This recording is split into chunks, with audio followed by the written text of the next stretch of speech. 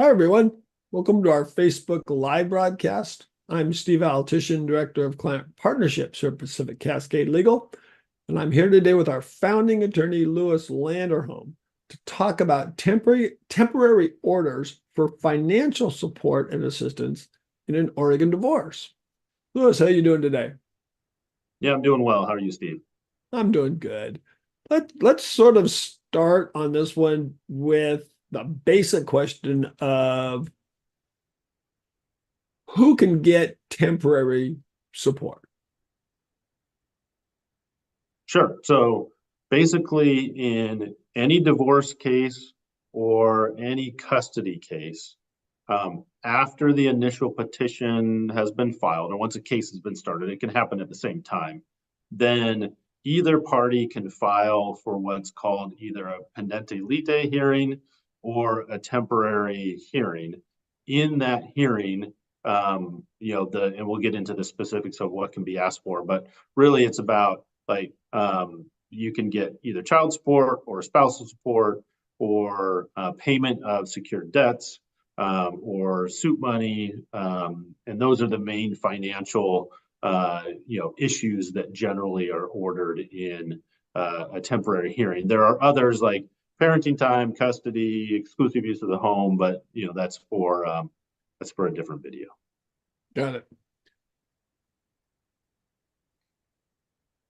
Is this one that needs to be filed right away, or can a temporary support order be filed just pretty much any time during the divorce case?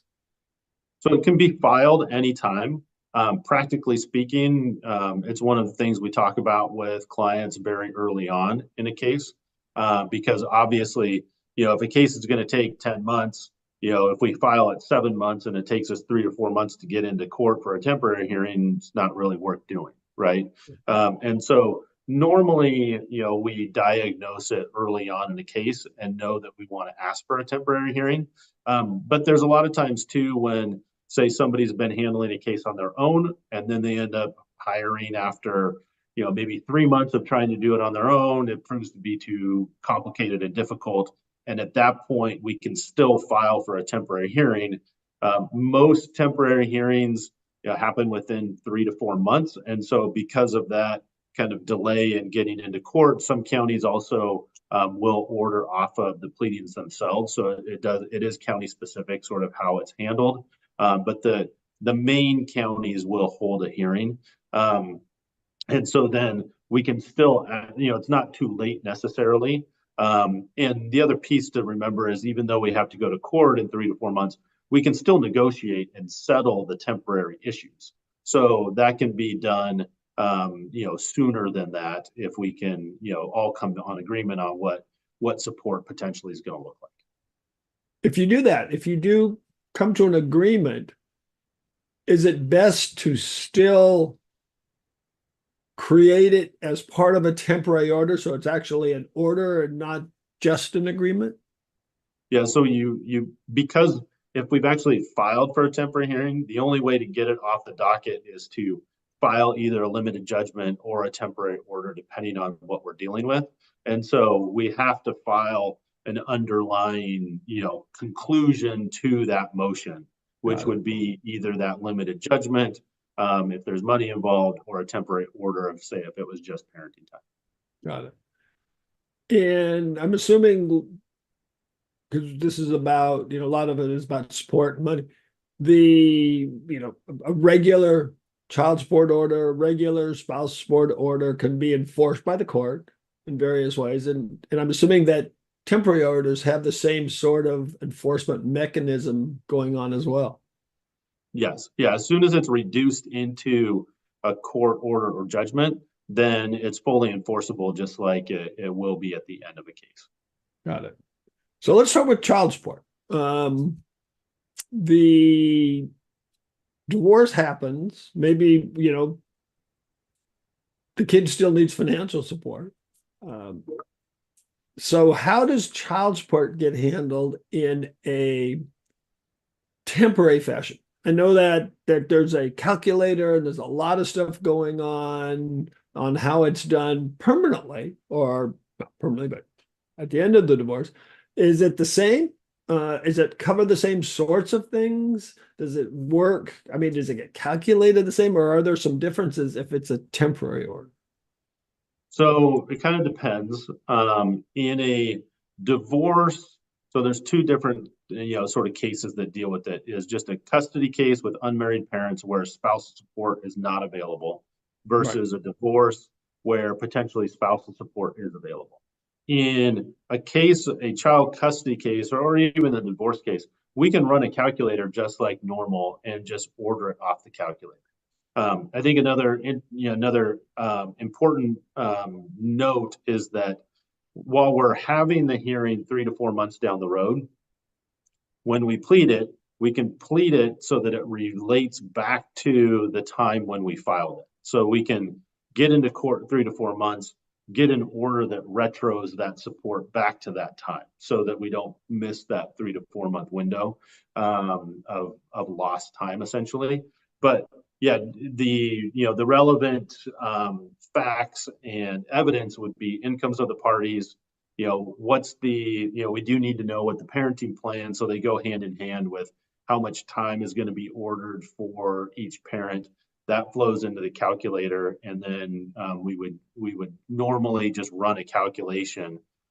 There is some flexibility, like on the income side. If one parent hadn't been working as much, previously, you can see that in a temporary, the income will be, potentially closer to actual, whereas in a final order, the income is more potential. So there is some flexibility there. In a divorce where spousal support is going to be ordered, a lot of the times what we see are judges will order family support, and they'll do it in kind of lump child and spousal together, or maybe it's negotiated that way. And then in the final hearing, then they'll apportion how much was child support, how much was spousal support. So it really kind of depends on the case and how the judge wants to approach it. The parents typically, tell me if I'm wrong, in a final child support order, even if the parents come to an agreement, it has to be reasonable. And I think the calculator is considered presumptively correct. And so and you can move around on it, but there's some limits of that. Is there any of that limits in a temporary child support? Could they just come up with a number, and if they both agree with it, the judge will generally say okay? Yeah, generally. I mean, it's really what the parties find is reasonable and appropriate. And even final orders, we can deviate from the child support calculator if there's reasons to. But especially in the temporary support world, there's more flexibility with kind of how everything is ordered during the interim, because we know we're going to get back into court potentially. So there's less of a concern that this is like the final. Yeah. So what is the process? Or is there a process where parentage is an issue? And one just the father, or maybe not father, objects, saying I'm not the parent, um, and so I shouldn't have to pay any child support, which may be true, but maybe they've already ordered you to go through the process. Um, can someone get or file for temporary child support even though the parent isn't yet actually uh, or ruled as the parent by the court? So um, you can file against anybody. Doesn't necessarily mean that that's what's going to happen. So generally, the parent challenging, and that would be what's called in the civil arena affiliation case, where paternity would be established, or through the child support department, they would do a paternity test to determine the presumptive or the father at that point. So you have to establish that first. the law does not care about biology. The law cares about legal parentage. So just because parties, think or know that biology means that this person's father, you have to go through the next step. You can do that through acknowledgement or through tests or what have you. So there's other ways to do it. But it does have legal parentage has to be established for child support to be ordered against that parent. Got it. Even if biology is wrong, that still happens. Yeah. So even if it's somebody else who they thought was father and turns out not to be father, that child support order is still running against that legal parent until that's changed, which that's a whole nother, that's a long conversation that we won't get to today. Right. The, in child support cases, there is, the payment for, it's like the parenting time calculator, how much money you're making. But there's also some things that end up getting ordered in child support, like, paying the kids' health insurance, or some medical costs. Can that be folded in also into a temporary order? Sure, yeah. Who's going to cover the kids on medical can as well. And then uninsured medical is typically not dealt with in a temporary plan, but we negotiate it at times, and it can be dealt with. And then the other big one that we deal with often is paying for secured debts. So, like mortgages, car payments, that sort of thing can be asked for in a temporary hearing as well. And that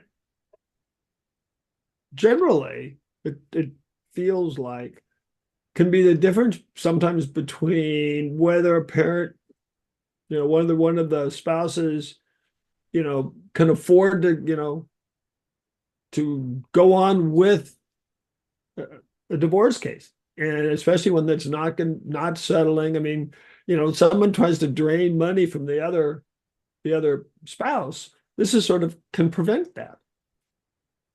Yeah, and that's why we have this mechanism for a temporary hearing. The other thing that can be asked for in a temporary hearing is what's called suit money. So suit money is a request from one parent to the other to provide funds to be able to finance the case.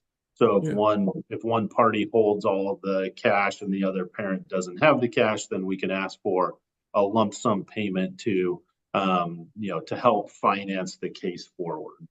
Got it. Now, spousal support. I don't know if this is trickier because aren't there like 3 kinds of spousal support in Oregon? And can you get temporary orders for all 3 of those types, or just one of those types, or how does that kind of work with the 3 types of spousal support in general you can get?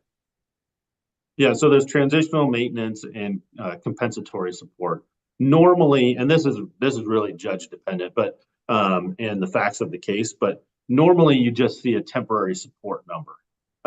They're going to reserve what type of support it is for the end. And again, the types of support and how that comes into play is for a different conversation, because that's a long conversation as well as to why certain types of support are ordered. But in general, in a temporary hearing, you're just going to get this is the temporary number.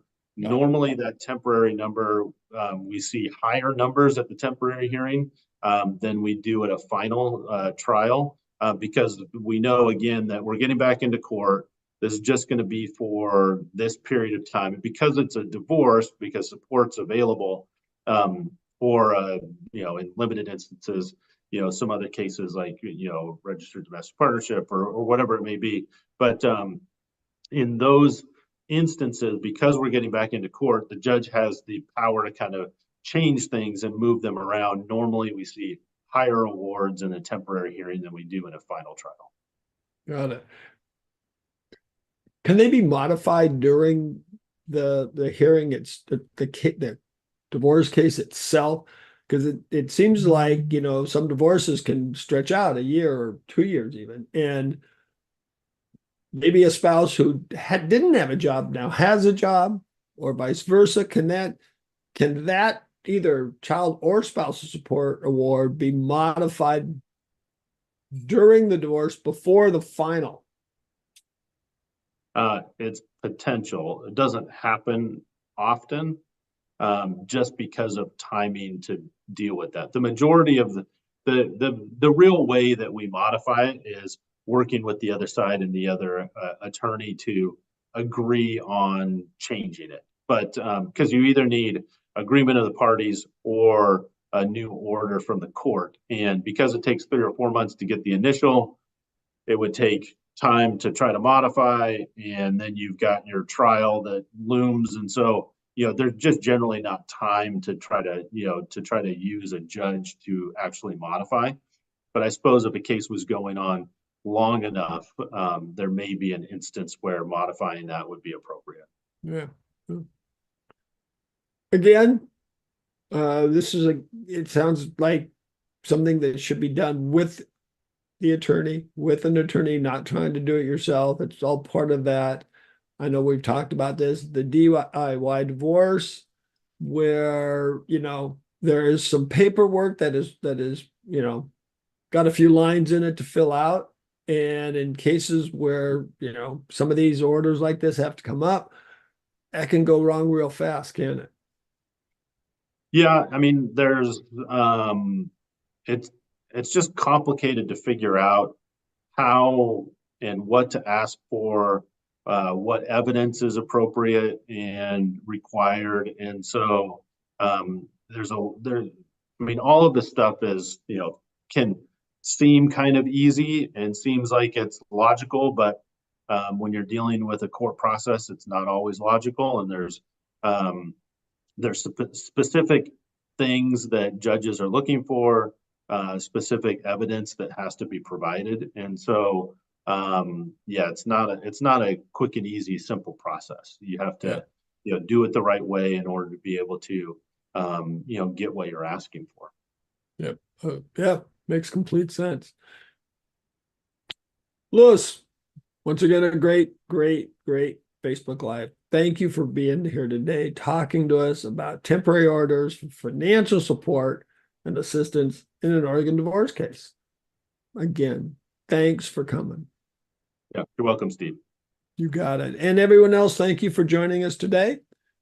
Anyone has any further questions, of course, feel free to contact us. We'll get you connected with an attorney who can help you. And until next time, stay safe, stay happy.